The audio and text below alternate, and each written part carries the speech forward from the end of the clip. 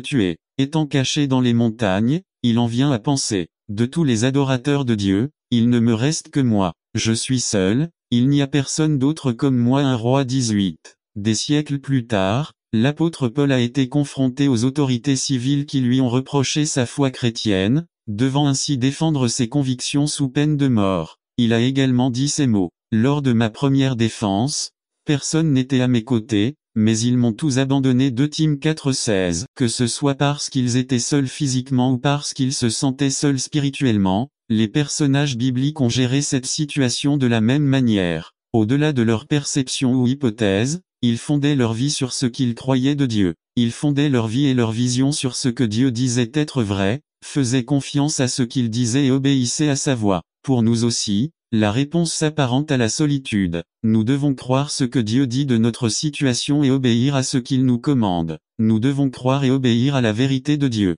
Le passage que nous examinons aujourd'hui, Jean 14, 15 à 21, est immergé dans le contexte de ce que l'on appelle le discours d'adieu. Commençant au chapitre 13 et se terminant au chapitre 17, Jésus est dans ses derniers instants avec ses disciples et prononce un long discours riche en enseignements. Tout a commencé cette nuit-là, avant sa crucifixion, lorsqu'il était réuni avec ses disciples pour célébrer la Pâque. Il prit une serviette et une bassine et leur lava les pieds. Alors il leur dit, « Je vous donne un commandement nouveau. Aimez-vous les uns les autres. N'attendez pas qu'il soit trop tard. Devenez membre de la chaîne Today et bénéficiez de réconfort et de soutien dans les moments difficiles. Cliquez sur le lien dans la description de la vidéo. » Mardi 9 avril 2024 page 1. Puis, il leur annonça ce qui allait se passer cette nuit-là. Il serait trahi et Pedro le nierait. La confusion et la confusion ont submergé les disciples. Jésus au chapitre 14 commence à leur donner des paroles de réconfort et de grandes promesses et nous arrivons ainsi au verset 15 à 21 au milieu de ce passage riche en réconfort et en promesses. Les disciples étaient troublés par ce que Jésus leur avait dit qu'il partait et qu'ils ne pouvaient pas l'accompagner. Ils ne seraient plus avec Jésus. Ils ne seraient plus là pour les sauver des difficultés. Ils étaient sur le point de faire face à la solitude. C'est dans ce contexte que Jésus leur dit ces paroles que l'on peut lire dans Jean 14, 15 à 21 Nive. Si vous m'aimez, vous garderez mes commandements. Et je prierai le Père, et il vous donnera un autre consolateur pour qu'il soit avec vous pour toujours, c'est-à-dire l'Esprit de vérité, que le monde ne peut pas recevoir, parce qu'il ne le voit pas et ne le connaît pas. Mais vous le connaissez parce qu'il demeure avec vous et sera en vous. Je ne vous laisserai pas orphelin. Je viendrai à toi. Encore un peu de temps et le monde ne me verra plus, mais vous me verrez. Parce que je vis, tu vivras aussi. Ce jour-là, vous saurez que je suis en mon Père, et vous en moi, et moi en vous. Celui qui a mes commandements et les garde, c'est lui qui m'aime et quiconque m'aime sera aimé de mon Père et je l'aimerai et je me manifesterai à lui. Les paroles de promesse et de réconfort pour ses disciples craignant leur solitude ou leur désolation étaient, le Père enverra un autre consolateur. Je veux dire, je pars, mais tu ne seras pas laissé seul. Quelqu'un viendra qui sera à ma place, c'est un autre consolateur. Qui est-ce? C'est l'Esprit de vérité, le Saint-Esprit de Dieu, la troisième personne de la Trinité. Jésus partirait, mais le Saint-Esprit viendrait à sa place. Qu'allait faire l'Esprit, pour qu'il puisse être avec vous pour toujours? Ce consolateur ne peut pas être reçu par ceux qui n'aiment pas Dieu, mais seulement par ceux qui connaissent et aiment Dieu. Le Saint-Esprit habite en nous et sera en nous. Avec quelle affection Jésus dit, « Je ne vous laisserai pas orphelin » non. Le Saint-Esprit sera avec vous pour toujours. Bien que ces paroles étaient à l'origine d'un réconfort direct pour les disciples, nous pouvons nous aussi nous approprier cette promesse. Parce que Jésus avec son œuvre de rédemption mort, résurrection et ascension au ciel a tout complété pour que le Saint-Esprit puisse être envoyé du Père. Aujourd'hui, tous ceux qui sont dans une relation croissante avec Dieu à travers Jésus, ceux qui croient en Jésus-Christ comme leur Seigneur et Sauveur, ceux qui sont disciples du Christ ont l'accomplissement de la promesse que le Saint-Esprit habite en nous pour toujours. C'est pourquoi aujourd'hui nous déclarons la vérité de Dieu pour votre vie et ma vie. Christ, vous n'êtes jamais seul. Si vous êtes dans une relation croissante avec Jésus-Christ, c'est une vérité littérale pour vous, vous n'êtes jamais seul. Ainsi, comme Élie l'a découvert et comme Paul l'a également fait, trouvez-y du réconfort et de la force, la vérité même s'il n'y a personne autour de toi, même si tu cuisines pour toi et manges seul, même si le samedi soir tu n'as personne à qui parler, même si ta famille ou tes connaissances sont éloignées de toi, même si tu es comme dans le désert au milieu de la vie quotidienne, souvenez-vous de ce que dit Dieu. Avec le Christ, vous n'êtes jamais seul. Illustre. Comment mon âme est renforcée lorsque j'écoute parler une sœur qui a beaucoup de douleur dans son corps à cause d'une maladie, qui vit la majeure partie de sa vie seule, mais quand elle parle de sa vie, on ne l'entend pas se plaindre, vous ne l'entendez pas nier, vous ne l'entendez pas exiger de l'attention, vous l'entendez seulement remercier le Christ d'être avec elle et elle témoigne de la façon dont le Christ fait une différence dans sa vie. Je me souviens qu'il m'a dit, « Pasteur, je vis seul dans ma maison,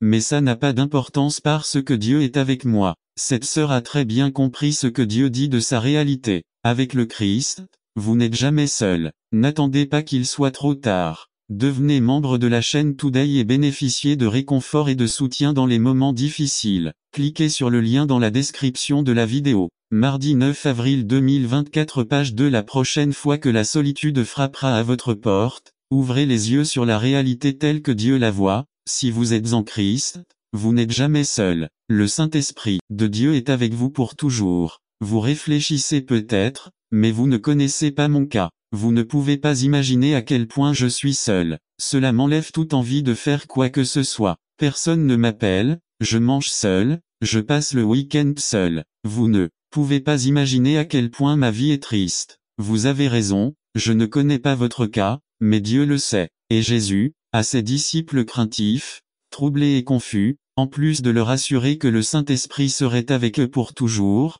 leur donne une autre instruction clé dont nous aussi pouvons apprendre beaucoup. Si vous m'aimez, vous garderez mes commandements ce jour-là, vous saurez que je suis en mon Père, et vous en moi, et moi en vous. Celui qui a mes commandements et les garde, c'est lui qui m'aime et quiconque m'aime sera aimé de mon Père et je l'aimerai et me manifesterai à lui. Il est curieux de constater que dans ce contexte de réconfort et de promesse est insérée cette déclaration. Si tu m'aimes, ils accompliront mes commandements. La preuve de notre amour pour Dieu et de notre relation avec Christ, c'est-à-dire la preuve de la présence du Saint-Esprit dans nos cœurs, est que nous obéissons au commandement du Christ. Quel est ce commandement? Dans le contexte du chapitre 13, il nous a dit clairement, « Je vous donne un commandement nouveau, aimez-vous les uns les autres ». Je pense que c'est la clé pour ceux d'entre nous qui connaissent la solitude. Peut-être que nous sommes restés trop longtemps concentrés sur nous-mêmes. Nos cœurs désirent les relations pour le bénéfice qu'elles apportent personnellement. Nous disons je veux que quelqu'un m'accompagne. Je veux quelqu'un qui prend soin de moi,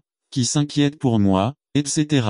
Si vous avez le Christ, vous avez déjà quelqu'un pour vous accompagner, vous aimer et prendre soin de vous, vous n'êtes jamais seul. Maintenant, ce que nous devons faire, c'est nous concentrer sur l'extérieur pour partager cet amour que nous avons reçu de Dieu. Les personnes qui souffrent de solitude ont tendance à se concentrer sur elles-mêmes. Ce que Dieu dit, c'est d'arrêter de vous concentrer sur vous-même et de commencer à aimer et à donner aux autres. C'est pourquoi nous disons arrêtez de vous concentrer sur vous-même et concentrez-vous sur l'amour des autres. Je vous encourage à chaque fois que vous commencez à vous apitoyer sur votre solitude, à chercher quelqu'un à qui rendre service, à aider, à collaborer, à soutenir. Si elle fin de semana e d'autres sientem a accent aigu es solo, annotat como voluntario en un programma de ayuda a los necesitados, collabora en algun programma de la iglesia, cuida los niños de alguna parroquia para que pudan salir nos tu accent aigu rma accent aigu es creativo que, je dis, trouvez quelque chose où vous pouvez vous concentrer sur le don, le service, le soutien et la collaboration avec les autres. Une étape importante dans la lutte contre la solitude consiste à se concentrer sur l'amour des autres. Lorsque vous donnez votre cœur aux autres, vous n'avez même pas le temps de penser à vous. Et surtout, vous commencez à voir la présence de Dieu dans votre vie de manière plus évidente. Conclusion: rappelez-vous qu'en Christ vous n'êtes jamais seul et qu'en vertu de cette réalité, concentrez-vous sur l'amour des autres. Croyez en la vérité de la promesse de Dieu concernant son Saint-Esprit et obéissez à son commandement d'aimer votre prochain. Croire et obéir, c'est un puissant antidote à la solitude. Que Dieu nous aide à ouvrir les yeux, à embrasser sa vérité et à aimer notre prochain pour sa gloire. N'attendez pas qu'il soit trop tard. Devenez membre de la chaîne Today et bénéficiez de réconfort et de soutien dans les moments difficiles. Cliquez sur le lien dans la description de la vidéo. Mardi 9 avril 2024 page 3 égalité de traitement résumé. Nous devons bien traiter tout le monde sans exception par Wilbur Madrariva. Bon traitement égalité de James 2, 1 à 12. Introduction. Je pense que nous avons vu dans des documentaires, regardé des films ou lu dans des livres que tout au long de l'histoire de l'humanité, certains êtres humains considèrent qu'ils ont plus de droits ou une plus grande dignité que d'autres et leur accordent un traitement inégal et parfois inhumain. Les images que nous avons vues ou avec lesquelles nous avons été en contact nous viennent à l'esprit le traitement des peuples indigènes dans le Mexique colonial, l'esclavage puis la discrimination raciale aux États-Unis dans le passé, la tentative de génocide des Juifs en Allemagne nazie et bien d'autres exemples. Les êtres humains ont tendance à traiter les gens différemment selon des critères arbitraires qu'ils établissent eux-mêmes. On peut penser, quel outrage, quel scandale, comment ont-ils pu créer des toilettes, des restaurants, des places dans les bus pour les blancs, dont l'accès est devenu un crime pour une personne de couleur. Comment est-il possible qu'ils aient affiché des pancartes telles que « Interdit aux chiens et aux juifs ». Comment est-ce possible? Mais nous ne devrions pas voir cela avec surprise, car peut-être cela est-il imminent pour nous et nous ne nous en sommes pas rendus compte. Peut-être pas dans une telle ampleur ou sous cette forme. Nous devons nous aussi être vigilants contre cette tendance pécheresse à traiter les gens différemment selon des critères arbitraires. En fait, la Bible, dans Jacques 2:1, nous avertit que nous devons combattre cette tendance pécheresse et erronée. Il nous dit mes frères, que votre foi en notre glorieux Seigneur Jésus-Christ soit sans respect pour les personnes. C'est un fait, nous avons tendance à faire exception des personnes, traiter les gens différemment selon des critères arbitraires que nous-mêmes ou la culture établissons. Nous sommes donc alertés. Cela ne devrait pas être comme ça. Une foi vivante en Jésus-Christ vous amène à traiter tout le monde de manière égale. Jacques nous donne l'exemple 2-3, un homme riche et un pauvre, un traitement différent. C'est pourquoi on nous dit que notre foi en Jésus-Christ doit se refléter dans la manière dont nous traitons les autres. Là où la tendance culturelle est de discriminer, de préférer, de faire preuve de favoritisme et de partialité, notre foi en Jésus-Christ nous amène à être différents. Traiter tout le monde comme des personnes importantes sans question d'autres. Critères arbitraires que nous établissons pour le traitement des personnes 1. Race, autochtone, etc. 2. Sexe, femme. 3. Âge, personnes âgées et enfants. 4. Niveau d'éducation, doctorat, professionnel balayeur, maçon. 5. Non, mamie non COCOM. N'attendez pas qu'il soit trop tard. Devenez membre de la chaîne Today et bénéficiez de réconfort et de soutien dans les moments difficiles. Cliquez sur le lien dans la description de la vidéo. Mardi 9 avril 2024, page 1-6. Apparence physique, beauté selon le monde, etc. 7. Situation économique, riche, pauvre. 8. Emploi, chacha, serveur. Critères arbitraires, critères qui sont basés sur ce que nos yeux peuvent voir et non sur ce que Dieu dit. Nous ne devrions pas établir le traitement des autres en respectant ces critères. Jacques nous dit que votre foi au Seigneur Jésus-Christ soit impartiale. Autrement dit, traitez tout le monde de la même manière, traitez-les comme vous aimeriez être traités, traitez-les comme des personnes importantes. Quand nous ne le faisons pas, nous devenons des juges corrompus. V4. Ne faites-vous pas de distinction entre vous et ne devenez-vous pas des juges animés de mauvaises pensées. Un juge corrompu, un juge qui juge avec partialité, qui juge comme il ne le devrait pas, parce que nous jugeons sans avoir l'autorité pour le faire, ni les critères appropriés pour le faire. Une foi vivante au Seigneur Jésus-Christ considère chacun comme une personne importante, quoi qu'il arrive d'eux. Nous devenons des criminels reconnus coupables. 8-11. Si vous accomplissez vraiment la loi royale, selon l'Écriture, tu aimeras ton prochain comme toi-même, tu fais bien. Mais si vous faites preuve de partialité, vous commettez un péché et êtes reconnu coupable par la loi comme transgresseur. Car quiconque observe toute la loi, mais commet une faute sur un seul point, devient coupable de tous. Le respect des personnes viole la loi de Dieu. Cela va à l'encontre du commandement d'aimer son prochain comme soi-même. Nous commettons des péchés et sommes reconnus coupables par la loi de transgresseur. Mais j'accomplis tous les autres commandements. Mais si vous échouez, l'invention est ruinée. Illustré. Et l'omelette comme c'est compliqué alors. Mais la bonne nouvelle est que Dieu a envoyé Jésus pour cela, pour que grâce à son travail dans nos vies nous puissions être différents. Ce qui est impossible à changer par la force de la volonté, cela est possible par la grâce de Dieu dans nos vies. C'est pourquoi nous disons que c'est grâce à notre foi en Jésus-Christ que nous pouvons traiter les autres également bien. Conclusion. La leçon d'aujourd'hui: traiter chacun comme une personne importante,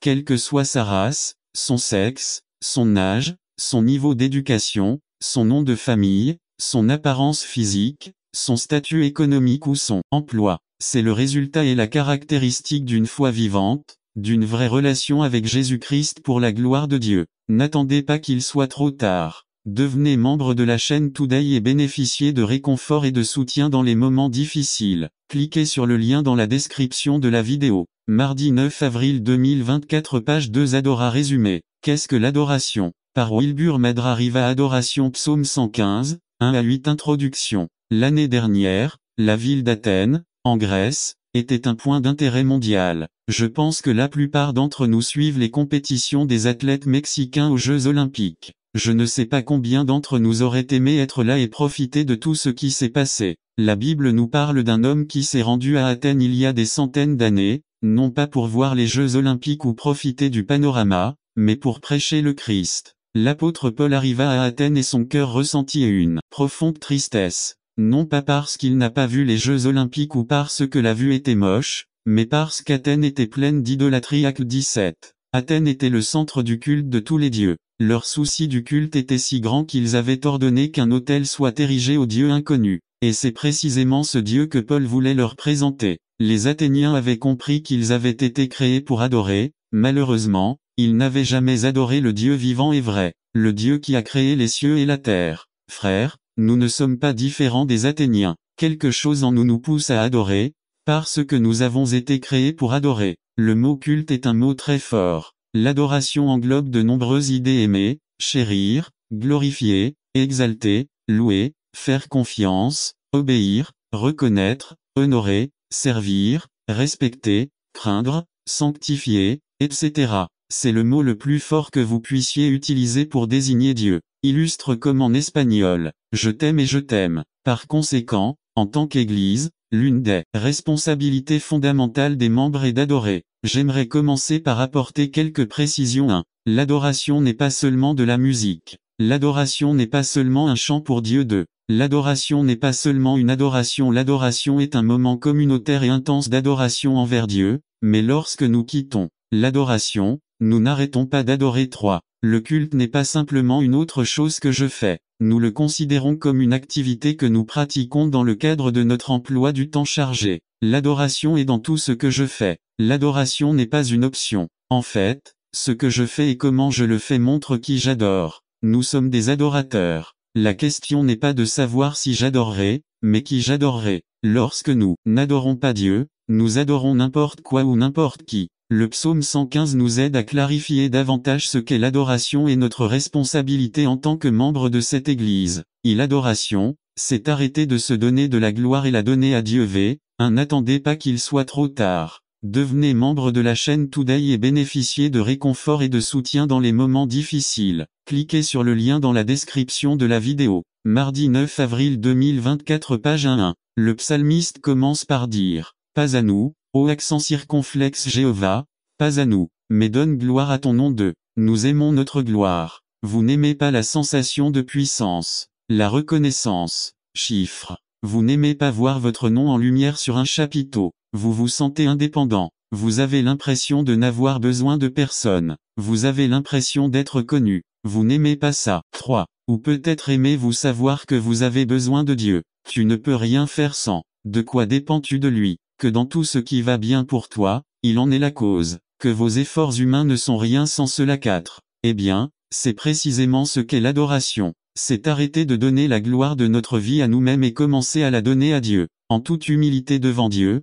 reconnaissez qu'il est notre tout, qu'il est notre refuge, notre rocher inamovible, notre Seigneur. 5. Que ce soit dans l'adoration ou dans la vie quotidienne, mettons de côté notre fausse gloire et donnons-la à celui qui l'a vraiment, plein de grâce et de vérité, Seigneur pour toujours et à jamais. 2. Adorer, c'est exalter Dieu pour son caractère et ses œuvres. 1 et 3. 1. Le psalmiste dit 1b donne gloire à ton nom pour ta miséricorde et ta vérité. Et 3. Notre Dieu est au ciel, il a fait tout ce qu'il voulait. 2. Comme nous pouvons le voir, cette gloire de Dieu que le psalmiste exalte se reflète dans le caractère et les œuvres de Dieu. 3. L'auteur chrétien Louis Giglio définit l'adoration comme notre réponse personnelle et collective à Dieu pour qui il est et ce qu'il a fait. C'est ce que nous faisons, disons et pensons, que ce soit seuls ou en tant qu'Église, devant le caractère et les œuvres de Dieu. 4. Dieu est vérité, sainteté, grâce, souveraineté, amour et bien d'autres choses encore. Dans son personnage, Ils rassemblent toutes les perfections possibles. Ils font de lui un être différent de nous et digne d'être adoré. 5. Dieu a créé tout ce qui existe dans les cieux et sur la terre, le visible et l'invisible. Dieu a accompli son œuvre de rédemption en accomplissant ses promesses par Jésus-Christ. Et il continue de développer ses œuvres jusqu'à la fin des temps. Il est digne d'être adoré pour tout ce qu'il a fait,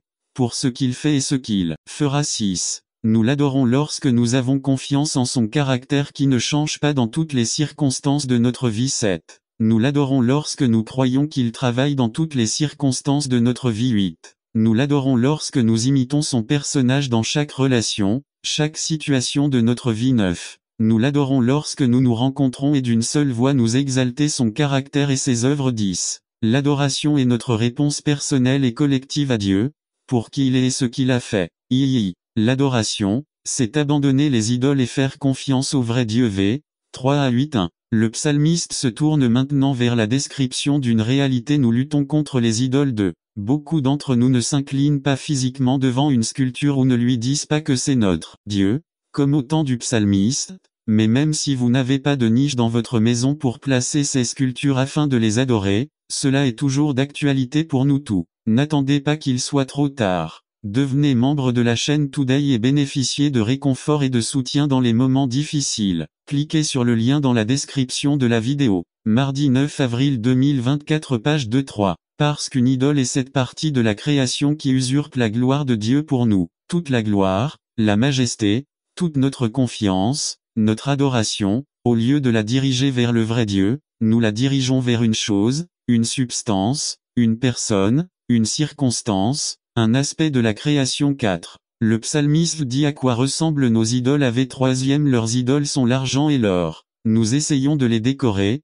de leur donner ce que nous avons de plus précieux. En l'occurrence, l'argent et l'or, métaux précieux. B3b Travail des mains des hommes. Même si on les recouvre d'argent et d'or au sens propre ou figuré, ils restent ce qu'ils sont. Ils n'ont aucun pouvoir. Ils font partie du royaume terrestre. Ils sont l'œuvre de ce monde. CV 5 à 7 ont l'apparence du pouvoir, mais en réalité ils ne servent à rien. Ils semblent être capables d'écouter, mais ils n'écoutent pas. Il semble qu'ils puissent parler, mais ils ne parlent pas. Il semble qu'ils puissent voir, mais ils sont aveugles. Il semble qu'ils puissent sentir, mais rien ne pénètre par leur nez. Il semble qu'ils puissent sentir et marcher, mais ils ne peuvent rien toucher ni bouger nulle part. Pure apparence de divinité, mais nullité en réalité. DV8 Ceux qui les fabriquent et tous ceux qui leur font confiance sont comme eux. Ceux qui adorent les idoles leur ressemblent chaque jour davantage. Ils ont des oreilles, mais ils n'entendent pas. Ils ont des yeux, mais ils ne voient pas. En plus, ils commencent à leur ressembler. Si mon idole est l'argent,